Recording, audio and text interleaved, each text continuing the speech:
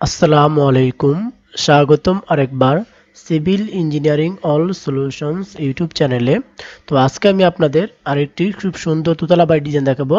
So এটার একতলা বাড়ির ডিজাইনটাও দেখাবো এবং দোতলা ডিজাইনও দেখাবো, এবং একতলা করতে গেলে আপনার কত খরচ পড়বে এবং দোতলা করতে গেলে আপনার কত খরচ পড়বে আমি সেই সম্পর্কে বিস্তারিত এই ভিডিওতে আলোচনা করব। সো এই বাড়ির ডিজাইন, কালার, রং আমি আমার মন মতো করেছি। আপনি চাইলে এগুলো পরিবর্তন করে আপনার মন মতো করে করতে পারবেন যদি ডিজাইন প্ল্যানিং আপনার পছন্দ হয়ে থাকে। সো এটা হচ্ছে সেই বাড়িটার সামনের ডিজাইন।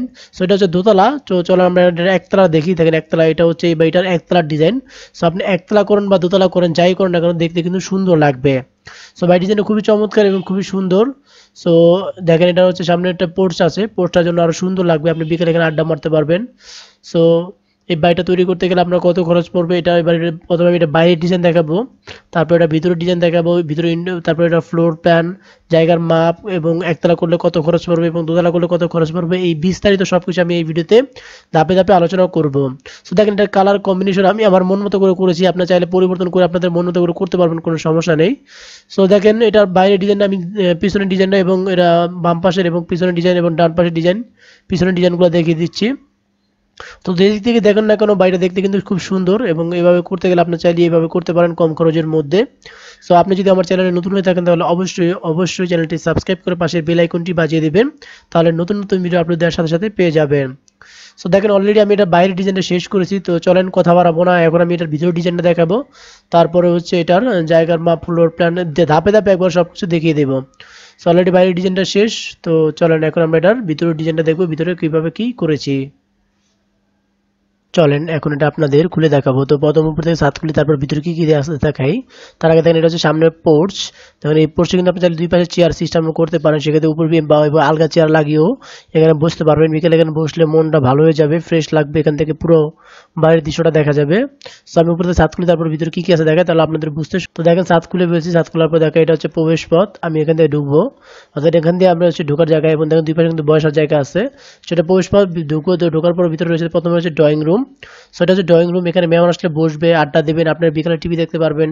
সো আড্ডা দেওয়ার জন্য খুব পারফেক্ট একটি জায়গা, মেহমান আসলে এখানে বসাতে পারবেন, নাস্তা করতে পারবেন। সো তারপরে ভিতরে ঢুকাবেন। তো ভিতরে ঢুকানোর পর হাতের বাম পাশে রয়েছে মাস্টার বেডরুম, এই যে এটা।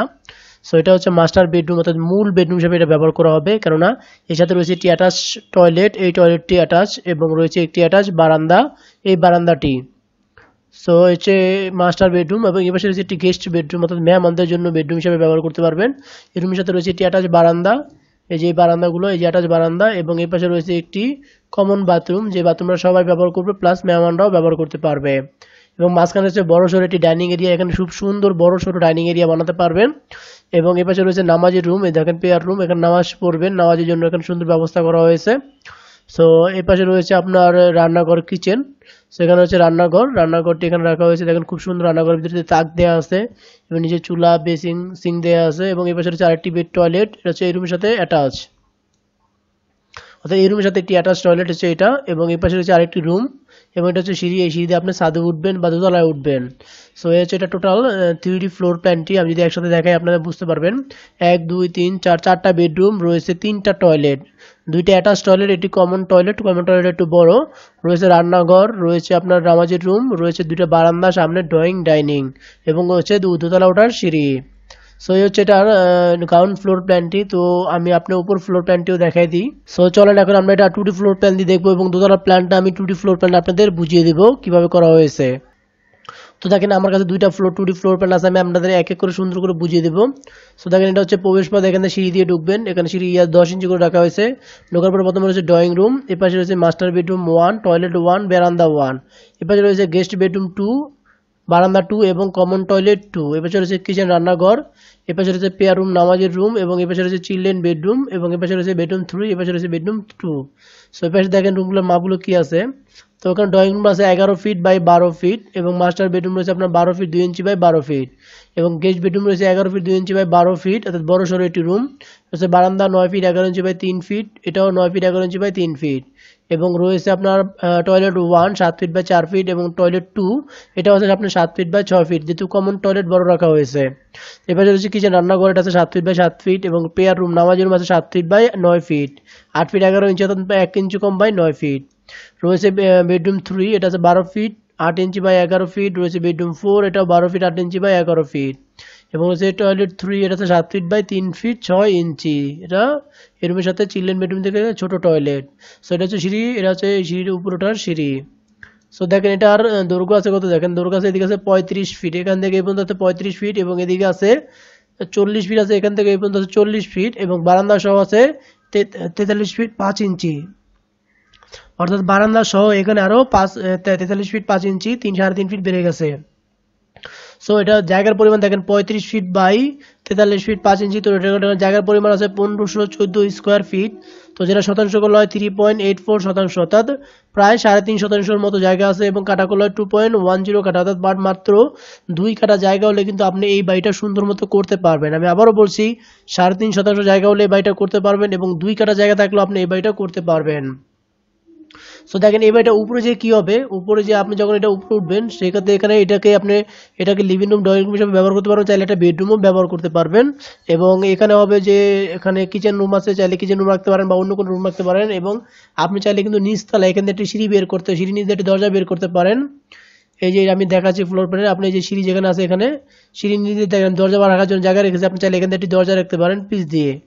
সো এই হচ্ছে এটা টোটাল 2D এবং 3D ফ্লোর প্ল্যানটি আপনাদের দেখিয়ে দিলাম। তো চলেন এখন এটা তৈরি করতে গেলে আপনার কেমন খরচ পড়বে সেই সম্পর্কে একটা ধারণা দিয়ে দেই। তো দেখেন খরচের হিসাবটা দেখানোর আগে এটা দেখেন সামনে যে পোস্টটা করা আছে এটার হাইট কতটুকু দিবেন না দিবেন, সো অনেক সময় আপনারা কনফিউশন হয়ে যান। তো আমি এটা একটু বলে দিচ্ছি আপনাদের। সামনে বারান্দার হাইটটা কিন্তু এখানে 8 ফিট রাখা হয়েছে, কেননা যে দুই পাশে যে বারান্দাগুলো দেখতেছেন দুই পাশে দুটো দুটো করে বারান্দা, এই বারান্দার হাইটগুলো 8 ফিট রাখা হয়েছে যাতে আপনি একটু বেশি খোলামেলা লাগে, এই জন্য এইভাবে করা হয়েছে। আর সামনে যে পোস্টটা আছে এটাও আপনার হচ্ছে মাটি থেকে 8 ফিট উপরে আছে। তো দেখেন এই 1500 স্কোয়ার ফিটে, তো যদি আপনি এই বাড়িটা করতে চান তাহলে আপনার কেমন খরচ পড়বে সেই সম্পর্কে একটা ধারণা দিয়ে দিব। তবে মনে রাখবেন জায়গা, স্থান ভেদে এবং মালামাল অনুযায়ী কিন্তু খরচ কম বেশি হয়ে থাকে। তবে সেম টু সেম এই বাড়িটা যদি আপনি করতে চান, দোতলা ফাউন্ডেশন দিয়ে একতলা কমপ্লিট করতে চান, তাহলে আপনার খরচ পড়বে মাত্র 23 থেকে 24 লাখ টাকার মতো খরচ পড়বে সেম টু সেম এই বাড়িটা করতে গেলে। সো আমি আবারও বলছি, দোতলা ফাউন্ডেশন দিয়ে যদি আপনি একতলা করেন, দোতলা ফাউন্ডেশন দিয়ে একতলা করলে আপনার 23 থেকে 24 লাখ টাকার মতো খরচ হবে। এবং কেউ যদি দোতলা ফাউন্ডেশন দিয়ে সম্পূর্ণ দোতলা সেম টু সেম এরকম ভাবে যেরকম আছে এরকম ভাবে তৈরি করেন, সেক্ষেত্রে আপনার খরচ পড়বে 40 লাখ টাকার মতো খরচ হবে প্রায়। সো প্রায় 40 লাখ টাকার মতো খরচ পড়বে সেম টু সেম এই বাড়িটা তৈরি করতে গেলে। তবে জায়গা, স্থান ভেদে, মালামাল অনুযায়ী এবং অনেক কিছুর উপর ডিপেন্ড করে কিন্তু আপনার খরচ কম বেশি হয়ে থাকে। তবে আশা করা যায় এই পরিমাণ টাকা নিয়ে নামলে আপনি এই বাড়িটা কমপ্লিট করে উঠতে পারবেন। সো ভিডিওটি কেমন লাগলো অবশ্যই কমেন্ট করে জানাবেন, এবং এই ভিডিও সম্পর্কে আপনার কোনো মতামত থাকলে সেটাও কমেন্ট করে জানাবেন। এবং বাড়ির ডিজাইনের অনেক অনেক অনেক অনেক অনেক ভিডিও আমার চ্যানেলে আপলোড করা আছে, দেখতে চাইলে আমার চ্যানেলে চলে যান। আমার চ্যানেলের নাম হচ্ছে civil engineering all solutions YouTube channel, ইউটিউবে যে সার্চ দিলেই হবে এই নাম দিয়ে। তো ধন্যবাদ।